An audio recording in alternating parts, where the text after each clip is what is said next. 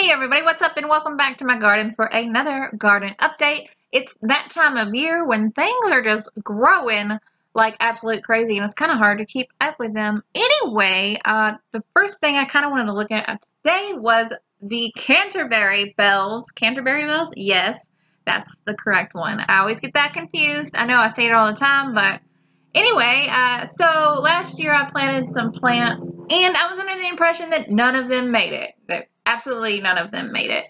And as it turns out, one of them completely planted itself on the other side of the garden and decided to overwinter and grow for me. That's this really nice blue one, which is surprising. Like I said, this is my first experience with Canterbury bells, so I don't really know if this is what they're supposed to look like. I really love the color. It's kind of a blue-purple. I really love the size of the plant. This plant is huge and makes a real nice statement. It's got tons of blooms on it. But at the same time, the flowers look kind of rough and they look kind of ratty. I'm not sure if it's me, it could be just my garden, it could be a variety of things. The weather has been insanely hot. It's been thunderstorming a lot. They've really been getting beat up by the rain and the wind. There's a lot of insect pressure. There's really a lot of things that can maybe contribute to these looking kind of rough. So if you've grown these before, tell me in the comments, do these just look rough or is it just, you know, environmental aspects causing them to look rough?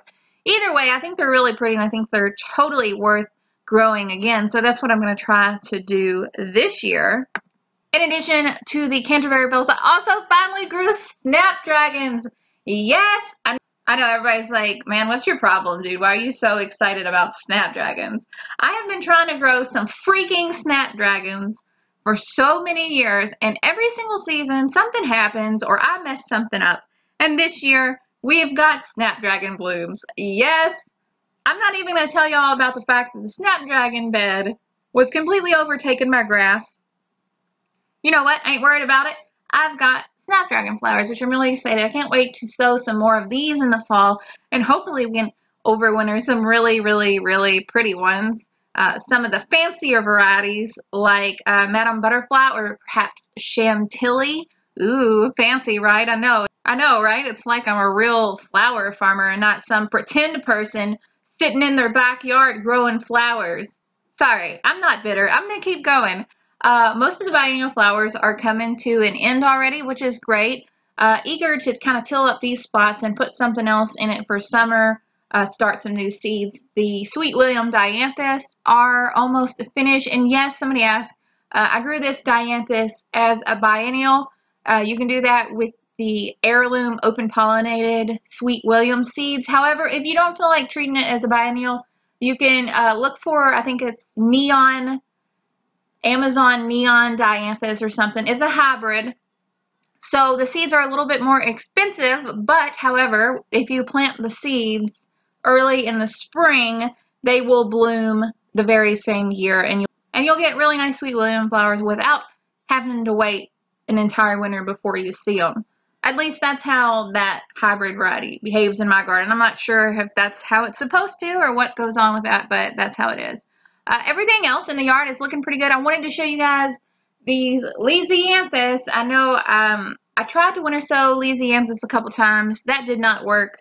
Lysianthus seeds are just so tiny and the little seedlings are just so delicate. I'm working on a way to maybe figure out how to winter sow these or grow these from seed to make it easy. And if I do figure that out, I will let you guys know, because there's no sense in everybody, you know, failing over and over again if I can figure it out. My main thing is I just need to be able to grow it without grow lights and without all the fancy setups. So I went ahead and I bought some Lysianthus plants. I saw them on sale. I was like, oh, I shouldn't buy them. I shouldn't buy them. I shouldn't buy them. But I did. And I actually did really good this year. These Lysianthus are the only plants that I bought this whole year. So the varieties I got are, one is, I think, Pink Champagne is what it's called. And the other one is called Mint Cocoa.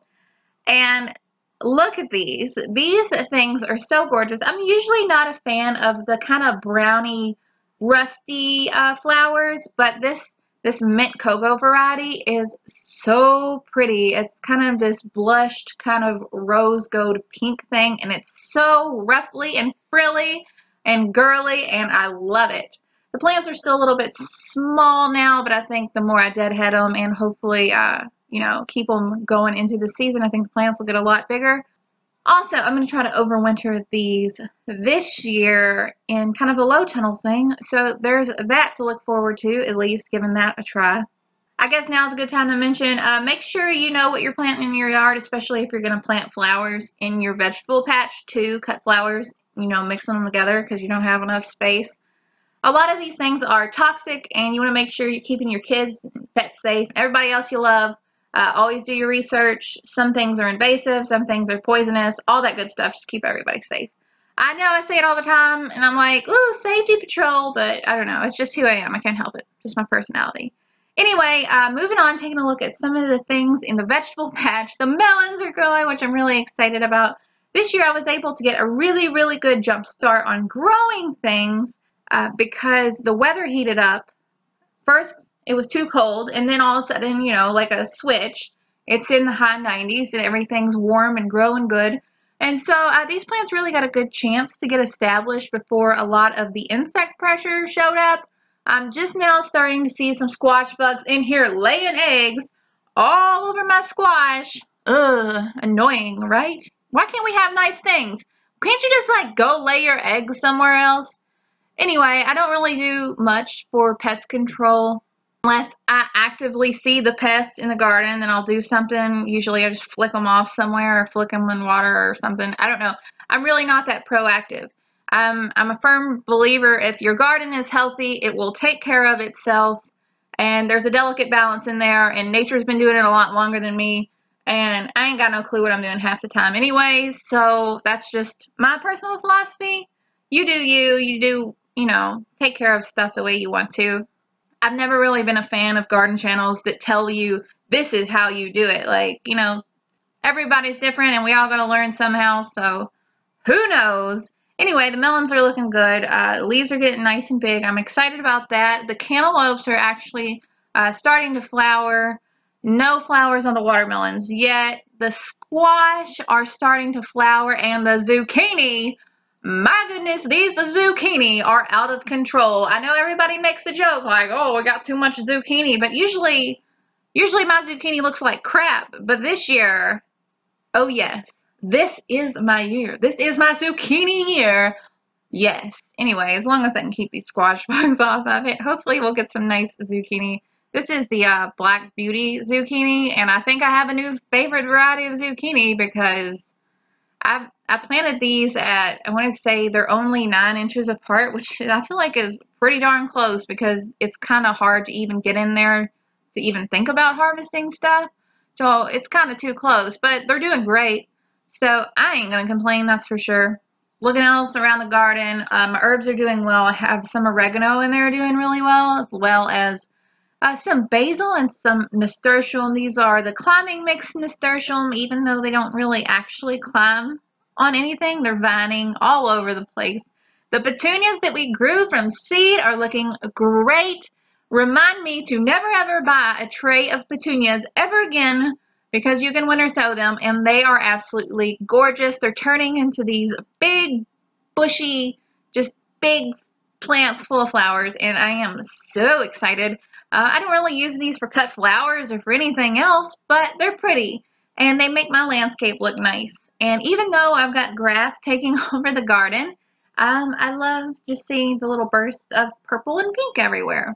In addition to all the stuff that I've already kind of mentioned, there's lots of things in here. There's lots of just celery and celosia, and there's onions. The onions are looking great. The only problem is that the onions are kind of in the grass. The grass hasn't taken over yet, but I squeezed them into such a small space that it's been kind of difficult to get in there with a camera. I mean, they look fine. They should produce a good crop and everything like that. I'm not worried about it at all. Now is the time of year I really want to make sure I'm feeding things. I want to make sure the onions are getting enough nitrogen. I want to make sure the corn is getting enough nitrogen. The corn is doing great this year. It's almost waist high already, and there's no signs of tasseling, which really gets me excited. The only thing so far that it's been kind of a big failure, and not really a failure, is that my tomatoes are not looking good. You know, to be fair, I only planted like, I don't know, 8 tomato plants this year. It's just I overdid it last year with tomatoes and I just had too many. So I wanted to scale it back. So I decided I was going to trellis the tomatoes up on a wire, and it has just been failure city. Maybe I'll make a video about that eventually if I get motivated to show you how bad it is. It's bad, guys. Oh well, you win some, you lose some. That's about it for this video. Hopefully it was somehow helpful. I'm not quite sure if it was. If it was, be sure to subscribe. I would love to have you making new videos on the regular. Our old goal was to get to 10,000 subscribers by the end of the year. That is not gonna happen. So subscribe if you want. Hit that little bell thing. Apparently that matters now. It used to not matter, but YouTube just does whatever it wants. So who knows if you'll see my next video? Who knows if you want to? You probably don't want to. I hope y'all are having a great day, and I'll talk to y'all later. Bye, guys.